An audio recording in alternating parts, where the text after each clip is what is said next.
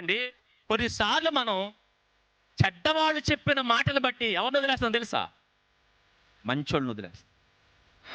మంచోళ్ళు అందుకనే సంఘాల్లో మంచి వాళ్ళని బయటికి నెట్టేస్తున్నారు, చెడ్డోళ్ళని లోపలికి పెడుతున్నారు. ఎందుకంటే మనం అంత భజన బ్యాచ్కి ఇష్టపడతాం. మన చుట్టూ ఎవరు ఉండాలి? భజన, జయము జయము జయము. ఎప్పుడు నీకు జయం అంటే మనకు అబ్బో పొంగిపోతుంటారు మనం. మనకి ఎప్పుడు జయ కొట్టాలి. సార్ అదేంటండి అని అడిగారు అనుకోండి, ఓ పనికిరావు ఎవరు అడ్డాలి.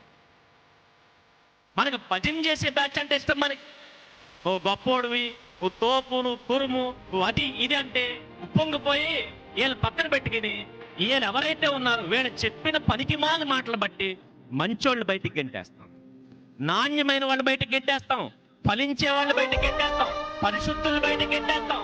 ప్రభు అదే మీకు పెరగడం రాదు, ఉండనే ఉండాలి. అలా చెప్తున్నాడు. ఒకవేళ మీ సంఘాల్లో చెత్తొచ్చి చొరబడితే ప్రతి సేవకుడికి ఆయన చెప్తున్న మాట ఏంటి తెలుసా? నీ నిర్లక్ష్యం వల్ల వాడు వచ్చాడు లోపలికి, కానీ ఏం చేయి, ఉండని.